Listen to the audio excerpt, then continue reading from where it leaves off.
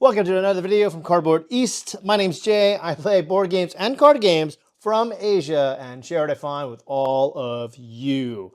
Welcome to Trick Take-uary. As of this recording, it is February 2025, and I have dubbed this month Trick Take-uary. This month, I will be reviewing nothing but trick-taking games from Asia, so buckle in, it's going to be one heck of a ride. But I will not be alone in this endeavor. Oh no, there are three others of the four horsemen of trick-taking games, and that is Candace Harris of the BGG podcast, Jenna from BGG Board Game Garden, and Taylor of Taylor's Trick-taking Table. But we got 5 trick-taking games to talk about, so let's get it started. How to play Schadenfreude, a game all about being second place. First thing you're going to do is put the little score cards here together. So you have your scoreboard of 1 to 40. Then you're going to give meeples to each player. There's no duplicate of the meeples, so you'll just have to remember what color you are. Usually I just choose the meeples for players matching the shirt color that they are wearing. And lucky for us, Samus is orange, Link is green, Mario is red, and Mega Man is the blue bomber. Take your meeples and put them at 0 on the scoreboard. Schadenfreude is a game of 4 suits, each with a different color and a different icon. Be warned though that although we're in white light and it's pretty easy to see the purple and the blue, some players like yellow lights in their gaming rooms, so it can be a little difficult to distinguish these two suits from each other. Schadenfreude continues to be strange because each suit ranges from -3 to 9. There's no 0 though, so -3, -2, -1, 1, 2, 3, 4, 5, 6, 7, 8, 9. Why that is, well, we'll talk about that in just a little bit. But I do need to mention that there are 2 wild cards, 1, 0 and 1, 10. Now these are wild, therefore they will always follow the led suit. 10 obviously being the highest card in the game because all the suits end at 9, and 0 being somewhere in the middle. Schadenfreude is a must-follow game, so if Mega Man leads with a 3, everyone must play purple if they have it in their hand. However, this is a unique game because this is not about being the highest card in the trick. This is about being the second highest card in the trick. So the second highest card of the lead suit will win. So in most trick-taking games, Mario would be winning with a 7, but in Schadenfreude, a game about being second place, Mega Man wins with his 3. Link doesn't have a purple card, so he plays offsuit with an 8. Well, looks like Mega Man is still winning, but Tricky Samus here plays a 9, and Mario is now the highest card played. Mario wins this trick. What happens next is rather interesting. Mario gets to keep the card that he played, doesn't put it back into his hand, but puts it in front of him in his tableau area, and Mario also keeps any cards played off suit, like this 8.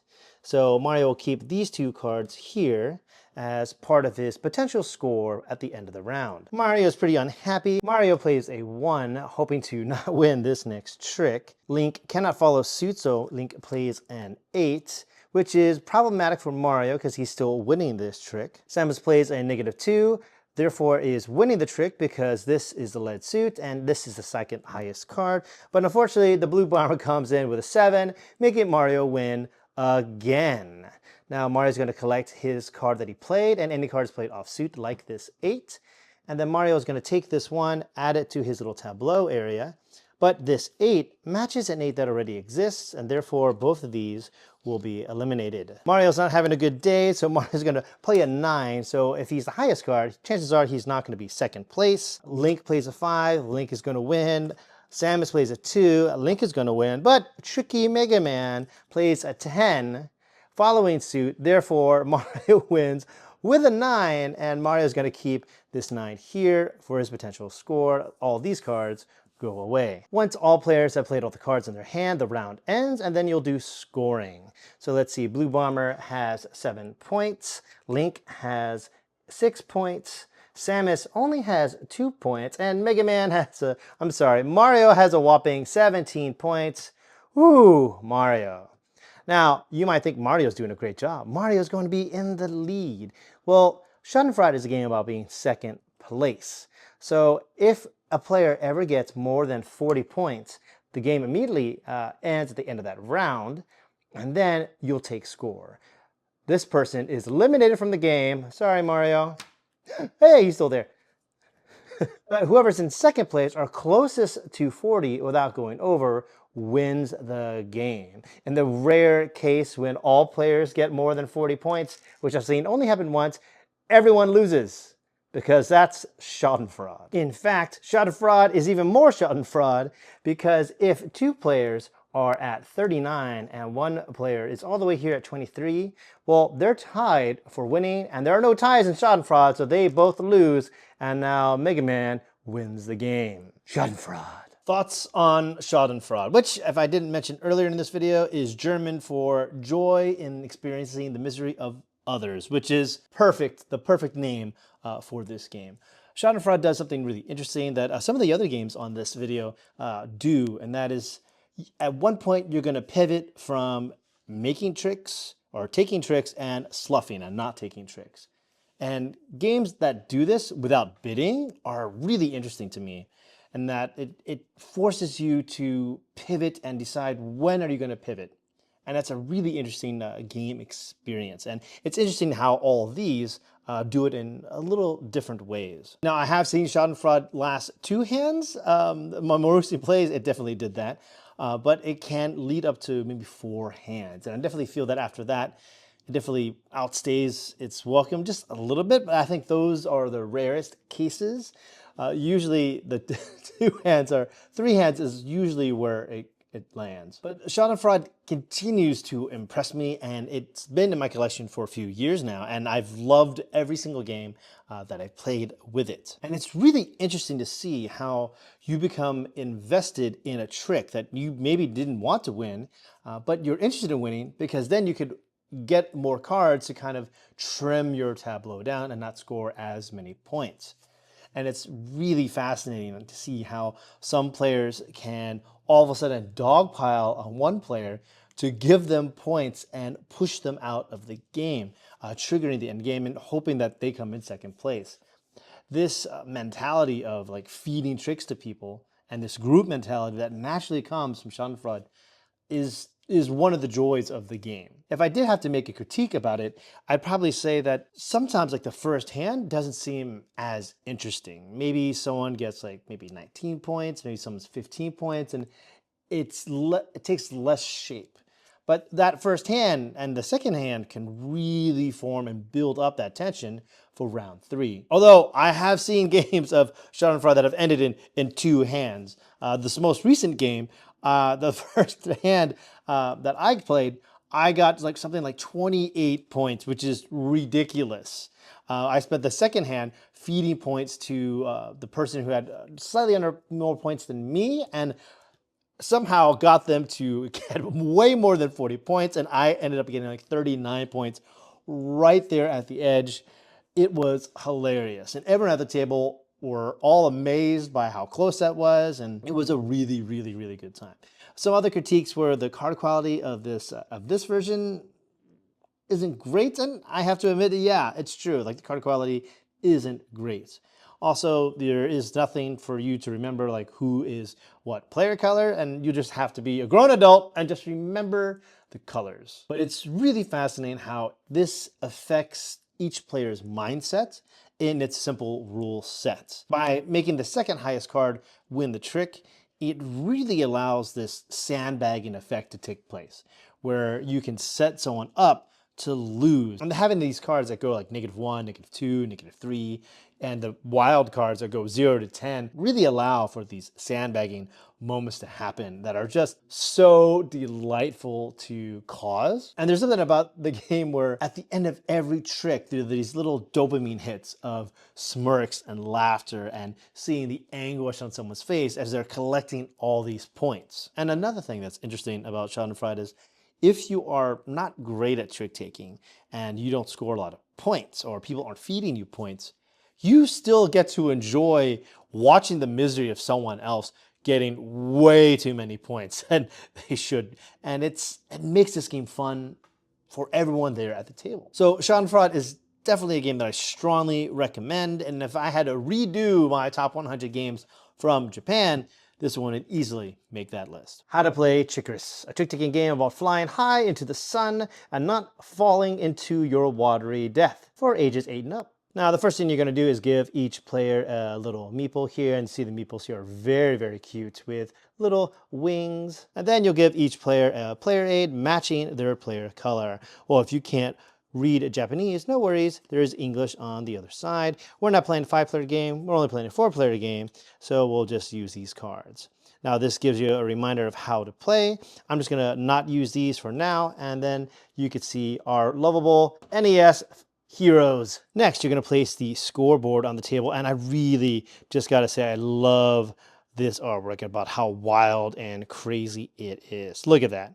Really, really cool. Place the scoreboard on the table and put your meeples on the earth. Take your sun chip, which has the moon and daytime, because there are 2 sides for every coin and 2 sides of all the cards. Place this on the sun side up, deal out the cards, and you're ready to begin. Now, the cards in Trickarus are dual-sided, meaning that when it is daytime, you're going to play with the daytime side. And when it flips to night, then you're going to play with the night side of the cards. The value is usually equal up to 10, so 4 and 6, 9 and 1, all except for the zeros, which are 0 and 0, so therefore the sum is 0. Keep in mind that these other cards are of the same suit. See, same side, but the zeros have 2 different suits on them. Be careful. Trickarus is a must-follow game, so let's say Mega Man starts with a 9 of moons. Therefore, Link must follow suit, Mario must follow suit, and Samus must follow suit. Mega Man wins this trick because he played the highest card of the lead suits. No trump was played, and therefore Mega Man moves up 1 space. Mega Man won the previous trick, so Mega Man leads again with a 9, hoping to win again. Everyone must follow suit, so 4 of clouds, 2 of clouds, but Samus, being the tricky monkey, she'll play the 1 of sun. Now, if you remember here on your player aid, Japanese, English, that during the daytime, sun is the trump suit. Therefore, Samus wins this trick. Now, Samus won't move to the 1 space because there are no ties in Trickarus.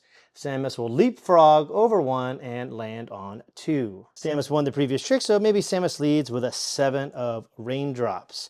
Everyone must follow suit. Therefore, Mega Man plays a 3. Link only has this 0. And Mario, being very clever, plays this 5. Now, 5s are interesting. You see this little symbol here? Well, that means that this will switch to night, and mid-trick, this will all flip up over here, changing the sides of the cards. Players will then take their hands and shift them all from daytime into nighttime. Samus led the trick, so look at Samus's card. She led with a raindrop, and as you see, now 0 is a moon. And if you remember your player aid, well, moon is trump during the nighttime. And here's a little reminder here that says flip at 5. Therefore, Link wins this trick. Link is green.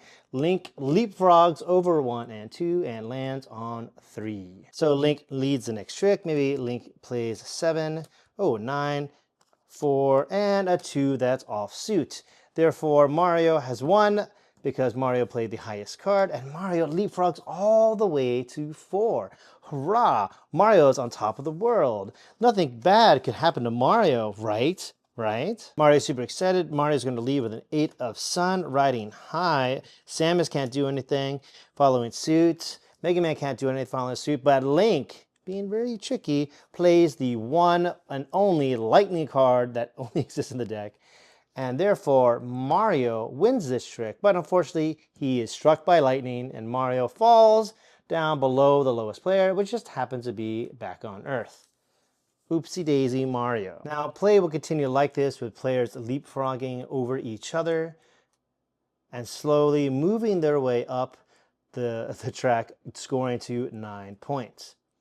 Once a player hits the sun, meaning that they scored 10 points, or if they gotten 10 tricks over the course of multiple hands, well, then this player will go below the lowest player to the end of the line. And the players will keep playing, and that current hand will be the last hand played. By the end of the hand, the player that is closest to the sun ends up winning, and therefore Mario, and therefore Mario, struck by lightning, gets struck down to 1, and therefore Link wins the game, being the closest to the sun.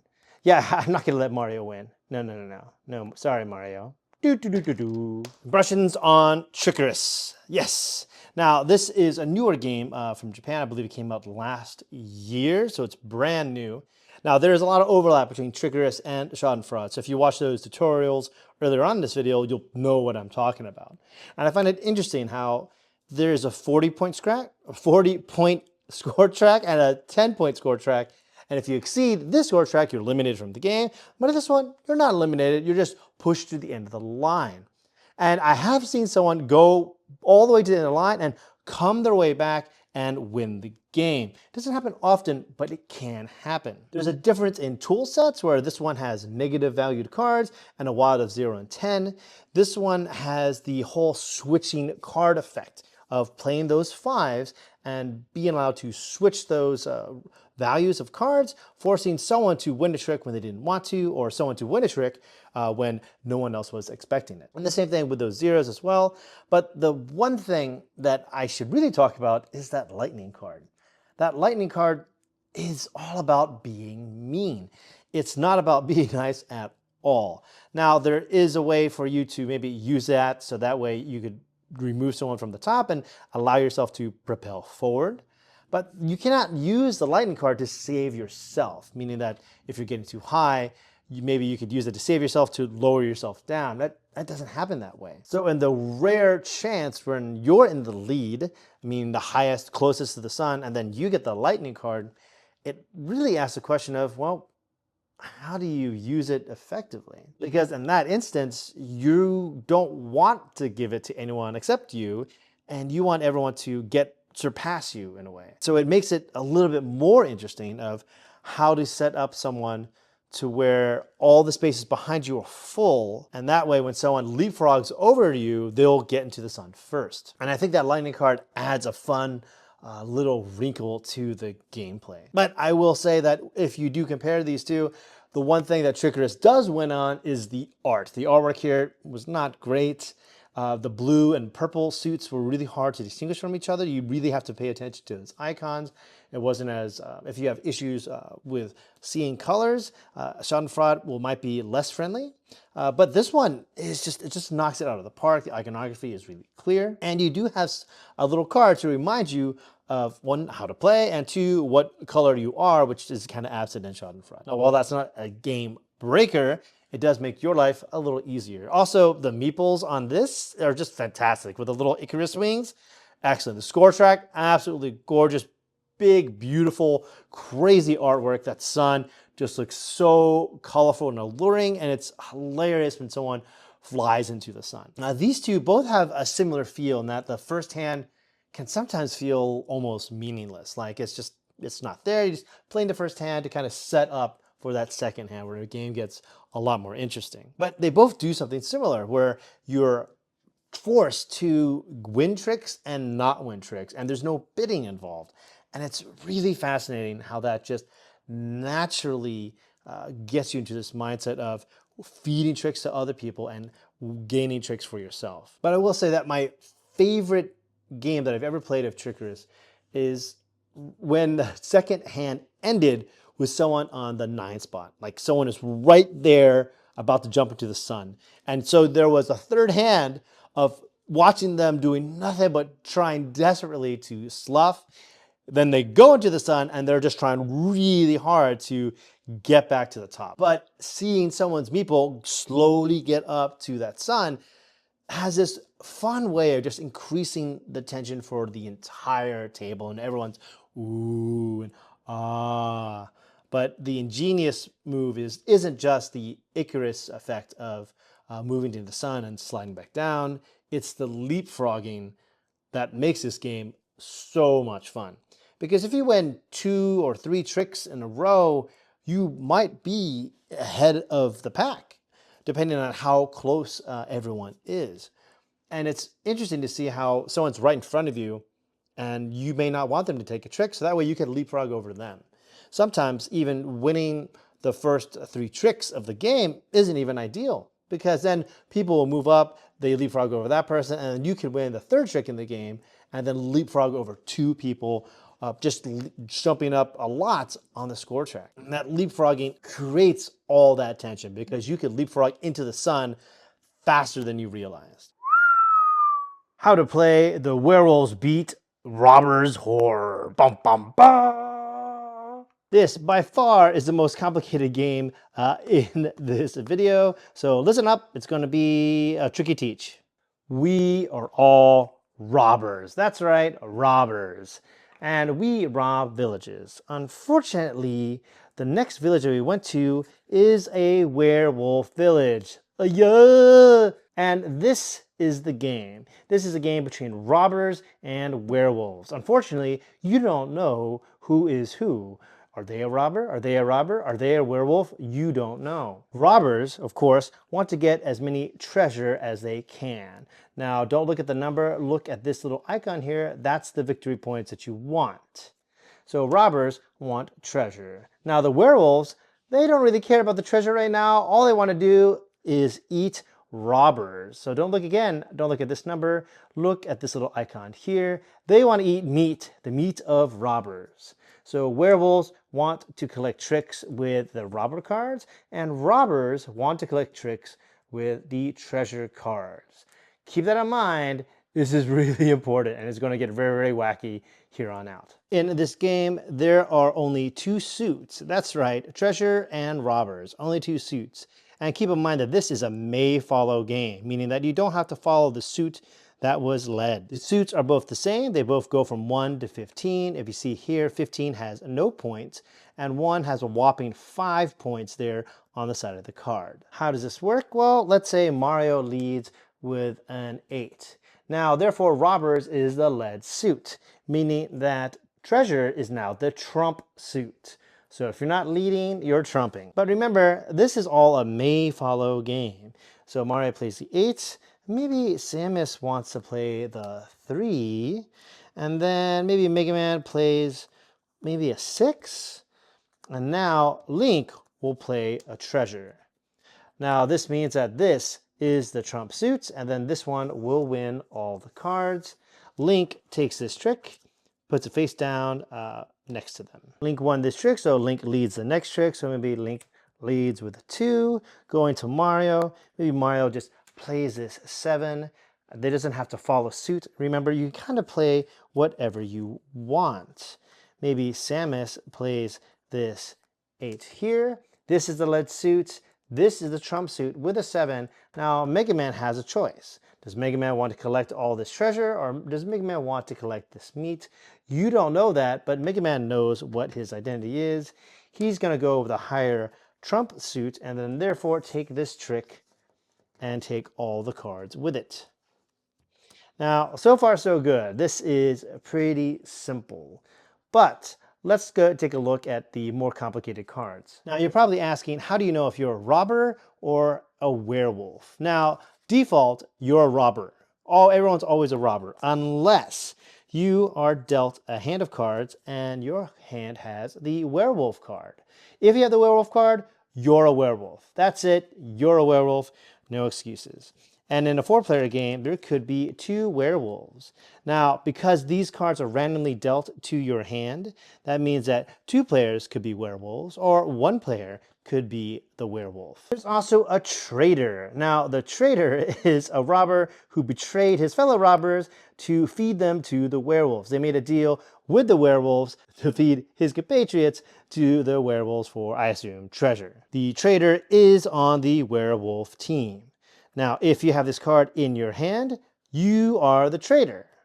Now, there is an exception to that, is that if you happen to have a werewolf card and a traitor card, you are a werewolf. The werewolf card supersedes the traitor card, but you still have both these cards in your hand. Now, because this card is in your hand, that means you can play this card like a regular card. Now, if Mega Man plays this card, that means that Mega Man is the werewolf. And the game comes with these little pawns, so you can place it here and everyone knows. I use this blue post-it tape and this blue pawn to show, hey, blue, blue, this is the werewolf. Now, once Mega Man plays this werewolf, guess what? Mega Man is still the werewolf. If Mega Man wins this trick and the werewolf card goes to him, guess what? Mega Man is still the werewolf. if Link wins this trick with this card, Link is not the werewolf, Mega Man is the werewolf. Why is Mega Man the werewolf? Because he had this card in his hand at the beginning of the round. You cannot transfer your werewolfness to another player. The traitor is the same way. So if Link has this card in his hand, then Link is the traitor for the game. Link may play this card, showing everyone that yes, he indeed is the traitor. And then if he wins this card in the trick, he's still the traitor. If someone else wins this card, then guess what? Link is still the traitor. Why? Because Link had this card in his hand at the start of the game, and he didn't have any werewolf cards in his hand either. Now, there is a seer card in the game. If you have this card in your hand, guess what? You're not a seer. You are not a seer at all. Because there's only three things that you could be. You could be a robber, you could be the traitor, or you could be the werewolf. There is no seer. This is just a card in the game. And a very important card. Well, let's get into it in just a second. Now, at the start of the game, no one knows who anyone is. In fact, these two tricks are taken.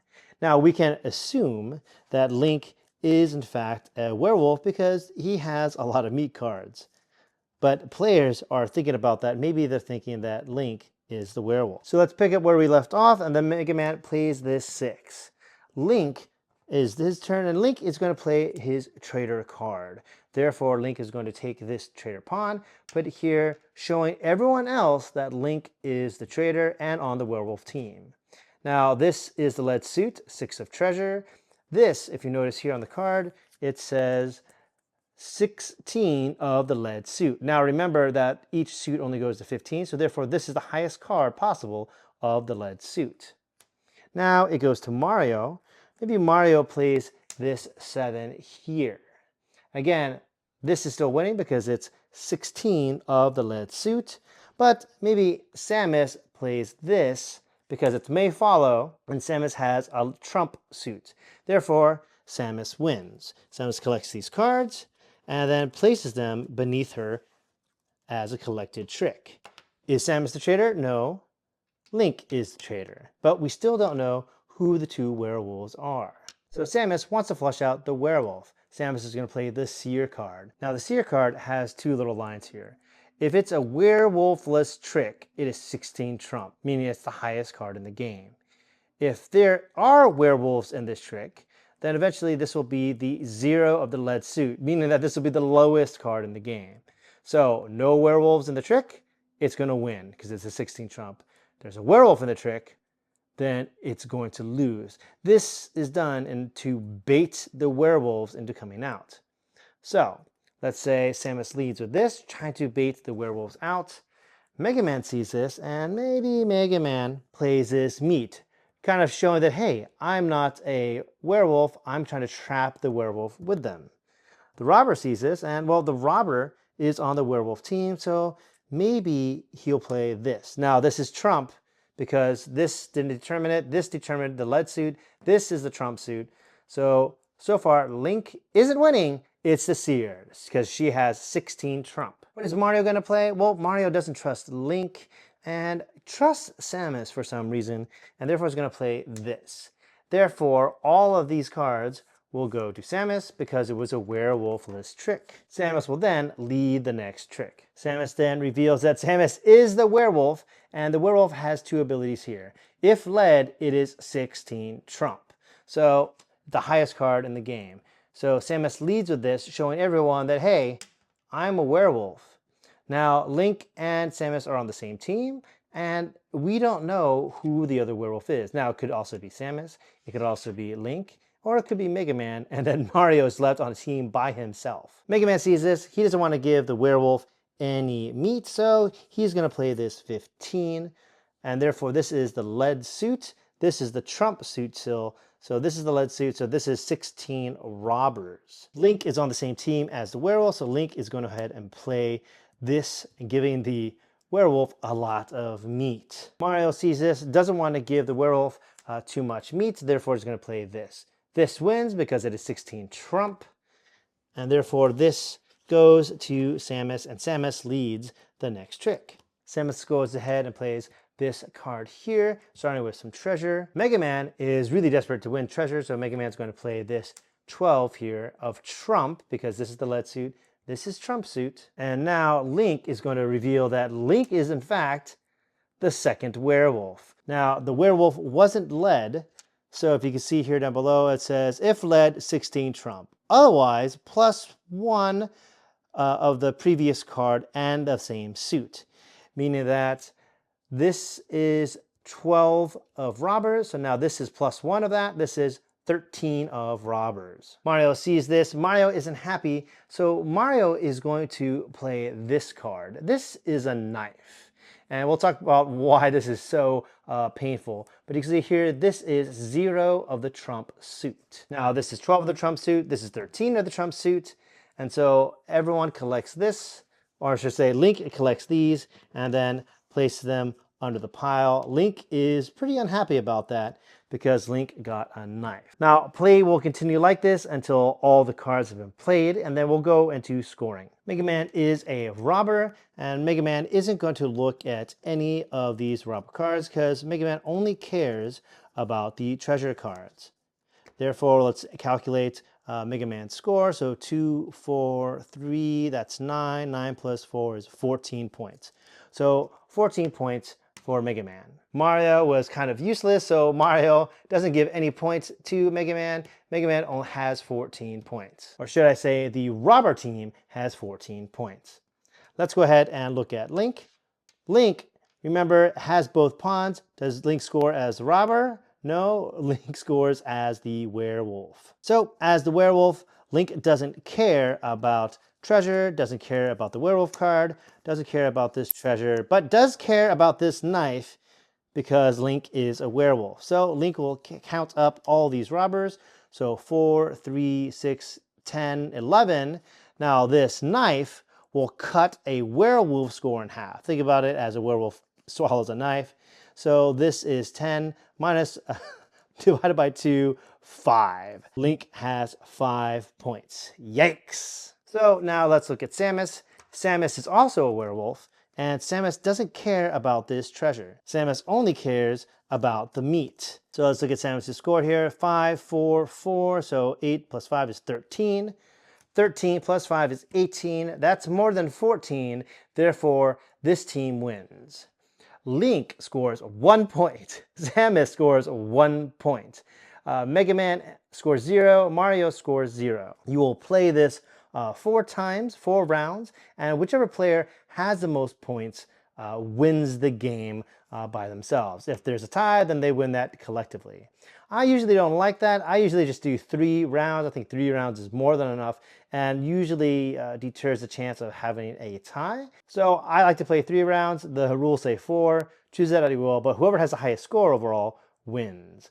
Now, I do want to mention that this is a 2v2 scenario. If you have a scenario like this, where it's a 3v1, well, let's say this is what, 18 points total? And Mega Man, what, has 14?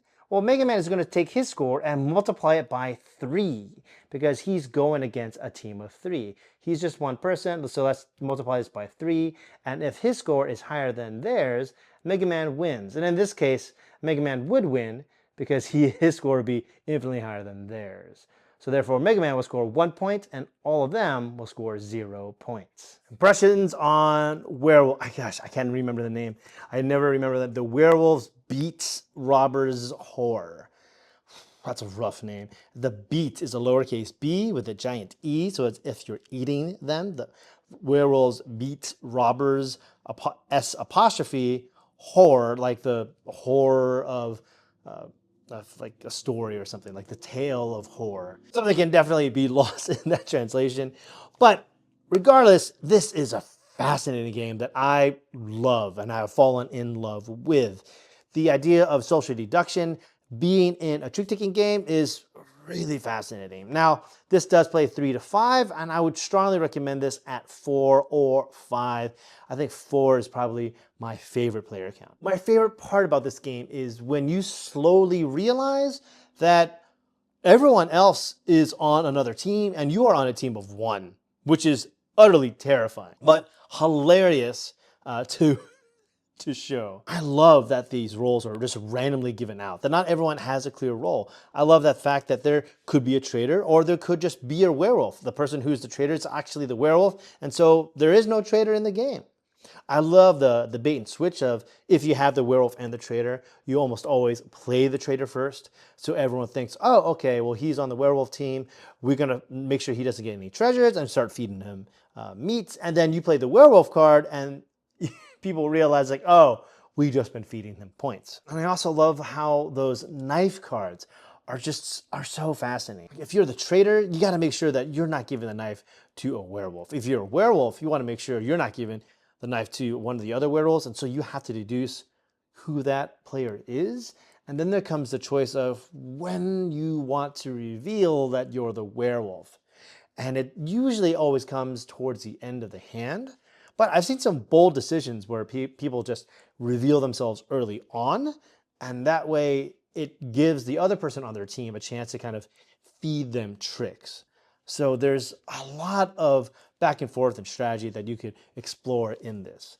Now, the negative thing I'd have to say though is that one, the teach is difficult. It took me a while of teaching this game to kind of get people where they need to be. Two, I love this game, but I've accepted the fact that others haven't. This is definitely a mid-weight trick-taking game, and you need to know like your basic trick-taking strategies so you can deduce who is who. Now, this is my favorite kind of deduction game where it is all about deducing who is who based on their actions and not what they say. The other critique that I have is that if you do 4 rounds, the game ends in a tie quite often. And I would probably recommend just doing 3 rounds. I think 3 rounds is a little bit better, and it kind of eliminates the tying at least more frequently. And if it ends in a tie, it's fine. One person can win, 2 people can win, and they could share that victory. I don't think that this is the type of game that is designed to see like who is the one sole best player. But this explores this whole idea of social deduction and trick taking and meshes it together extremely well, but in a not too approachable method. If you are experienced in trick taking and can see those strategies of how they're baiting a trap or how that's happening, it's a lot more fascinating. The reason why I think it doesn't work in 3 is because there isn't enough time to build up the trick. In a 4 or 5 player game, you can add like meat, making it more tempting for the werewolf to kind of chow down on. Or you can add like treasure to see if those later players are robbers or not. Most trick-taking games are all about having the hammer in the strongest position. The hammer is that person who's the last card to play into the trick.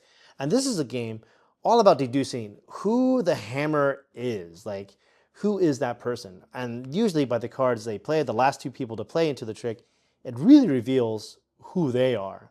The first person to play a card, typically, unless it's like a werewolf card, it doesn't really reveal who they are. But that fun reveal, that fun realization of just seeing who is on your team is just so much fun. And sometimes people accidentally reveal themselves, like when you feed them a knife and they're like, oh, and it just kind of reveals that they're the werewolf. But I've seen someone fake a sigh because they're the traitor, and it's just brilliant. Like I love all these little wrinkles that you can explore in this game, and this has been one of my favorite trick-taking games of last year and is going to be one of my favorite trick-taking games of this year. How to play Dokitto Ice. First player to get 5 points wins. This can be played over a series of hands, 1, 2, or 3, or maybe 4 hands. There are 5 suits in the game, ranging from 1 to 13. So you can see here all the really cute artwork on all the cards, and it's even here on the back of the cards as well. This ranges from 3 to 5 players, and you have equal number of colors for the equal number of players. We're playing a 4-player game today, so we won't use white, and therefore we won't use vanilla. Dokitto Ice is a must-follow trick-taking game, so if Mega Man leads with green, then everyone must play green if they have it in their hand. If the trick is all of one color, then the highest card of the lead suit wins, therefore Mega Man wins with his 13. Mega Man collects a green trick, and therefore he must select a green scoop of matcha. Now, I've seen various rules of how sometimes they would just line these up Sometimes you could stack them. I'm not 100% sure. I just leave mine out here randomly, and then players just randomly choose. Let's say Mega Man chooses this scoop, and then he flips it over here and puts it on his ice cream cone. If, on the other hand, though, let's say he grabs, is it this one? I think it's this one. Oh, yes, it's this one. If he gets a scoop with a star, then not only Mega Man will get this scoop, but he'll also get this nice topping to go on top of his scoop. Why is that important? Well, the scoop is 1 point at the end of the game, and the topping is 1 point at the end of the game, or at the end of the round. Because Mega Man won the previous trick, Mega Man now leads the next trick, and he leads with a 13 brown. So everyone must play brown if they have it. You have an 11, 8, and uh-oh, Mario. Well, Mario doesn't have a brown, so he can play any color. He plays this 1. Now, if there is a trick with multiple colors and not just one suit, well, then the lowest number wins regardless of suit. So even though 8 is the lowest of the lead suit, 1 is the lowest number altogether, and therefore Mario wins this trick. Now, does Mario get a brown scoop or a red scoop? Well, that's completely up to Mario if he likes strawberry or chocolate. Let's say Mario likes chocolate, and he's going to go for this one. Oh, no. No topping today, Mario. Now, play will continue like this with players winning tricks, putting toppings on their ice cream cones, and maybe, just maybe, they'll win 3 scoops. When does the round end? Well, the round ends when, 1, either players run out of cards from their hands, and that round immediately ends, and players score their points. Or, if a player, sorry Link, happens to win 4 scoops, well, their ice cream is too tall, and so their ice cream falls, blop, blop, blop. They score 0 points, everyone else scores normally, and then the round immediately ends, and then you start a new round. Players then score points for that round here, and then you'll begin a new round. The first player to get to 10 points wins. Impressions on Dokitto Ice. Now, do not let this cute art fool you. This is a mean game. It is absolutely vicious, and I love it. Now, this last weekend, I went to the Level Up Retreat, where I got to play a lot of trick-taking games. I met 2 fans of Cardboard East, and they're like, oh, we would love to play games. She's like, perfect. I have a whole bunch of trick-taking games. Let's sit down and play. And we just knocked out like trick-taking game after trick-taking game after trick-taking game. One of my favorite Saturdays I've ever had. Now, this is a newer version of Dokitto Ice. Now, the older versions, I believe, had the topping being attached to one of the scoops. So it'd be like scoop, scoop, scoop and topping together. This one kind of separates that, meaning that one of those 3 has like a little star on it, and then that's the one that gets it. Now, I'm not sure if I played it correctly. I think that you might do like not topping, not topping, topping, but I just kind of did away with that and just made it completely random. Some people put it in a stack, some people put it in a line, and you just follow the line. I just kind of leave all the scoops face down on the table, and then you just choose the one you want. Interesting, a lot more interesting that way, and a lot more rewarding, I find. The reason is because, well, it's really funny to hear on BGG and like all the forums, and people just talk about how much they hate randomness. But, you know, I think some little aspect of randomness is a lot of fun. And that little twist makes this game really, really sing. The reason is because there are 3 choices there. There are 3 chocolate scoops. I want to pick one. If I get the one that has a topping, 1 out of 3 chance, I'm over the moon and it's exciting. And you have this moment of awe where you're watching someone get a scoop, but are they going to get the topping or not? And it's just fun to watch. Every trick has a little dopamine hit. And if they miss that trick, if they miss that scoop with the topping, well, now instead of a 33% chance, it becomes a 50-50 chance, which incentivizes you to go for that chocolate, to play a chocolate trick. So that way you have a chance of winning the scoop with the topping just for an extra point. And it's even funnier when they miss it again. And now there's a 100% chance if you win a chocolate trick, you're going to get it. But usually by that 3rd trick is the time when it pivots. This was one of the ones that hit the best out of all the games that I played this weekend and the different groups that I played with at the Level Up Retreat. People just loved it for the artwork, but the gameplay can be so mean. The idea that usually when you play a trick-taking game, those low cards are so great because then when you want to slough, you just play a low card, you're guaranteed to not win the trick. But because the lowest card will win a trick if anyone plays off suit, those low cards can be really dangerous. And you can really feel that towards the end of the hand when all trick taking games become more interesting.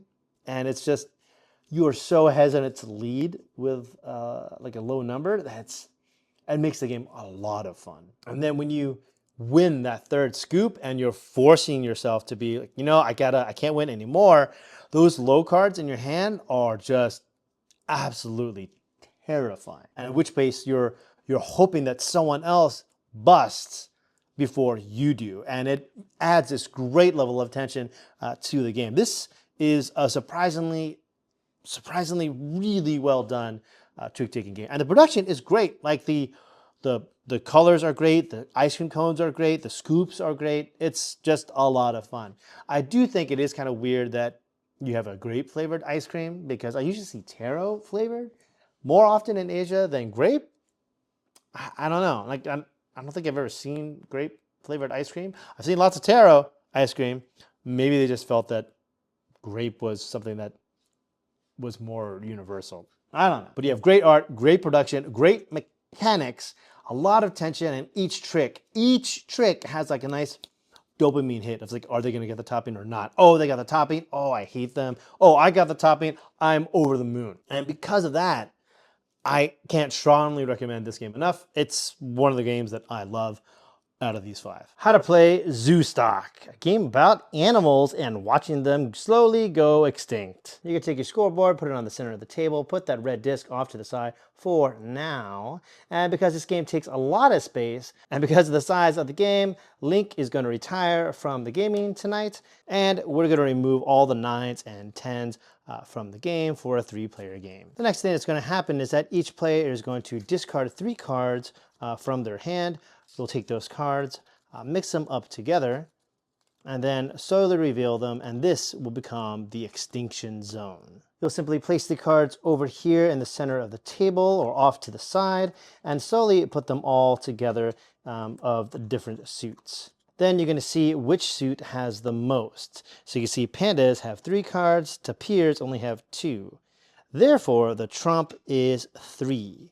Now, be very careful here because trump is not tied to a suit in this game. It's tied to a number. In this case, the number 3. ZooStock is a must-follow game. Therefore, if Mega Man leads with an 8 of tapirs, well, then everyone must play tapirs if they have them. Samus plays 4, and Mario plays his 2. Mega Man has the highest card of the lead suit, therefore Mega Man wins. Now Mega Man takes this trick, but collects it face up. And Mega Man's going to put it just like this here in his tableau. Now his tableau can only consist of 3 cages because Mega Man has a zoo, Samus has a zoo, and Mario has a zoo. But you can only ever keep 3 animals of different types. So let's say Mega Man leads the next trick, and Mega Man's feeling greedy. He wants elephants. Therefore, Samus must play an elephant if she has it.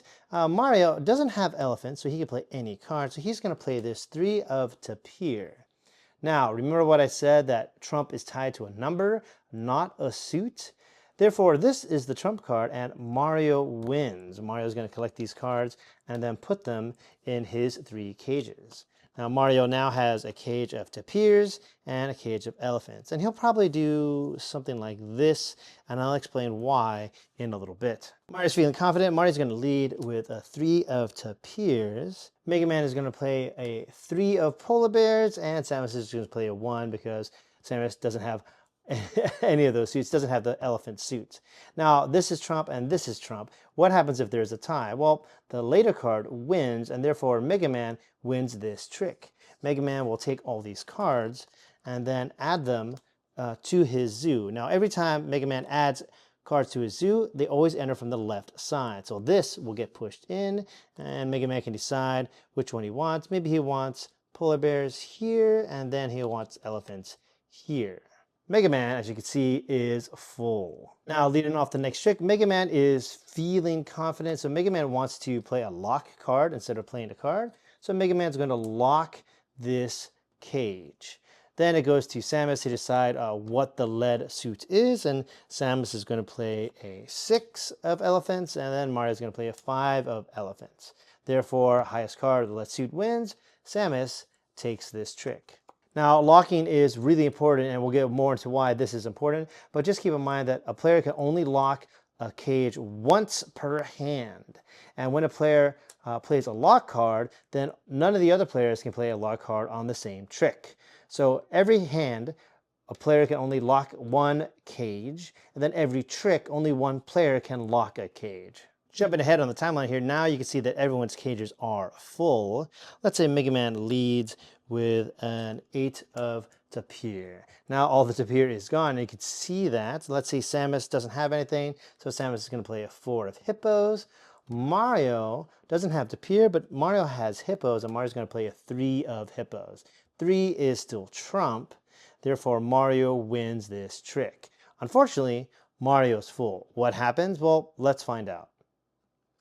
First, Mario is going to collect this trick, and then let's see, does he have any of these in his zoo? Yes, he has elephants. These will go here.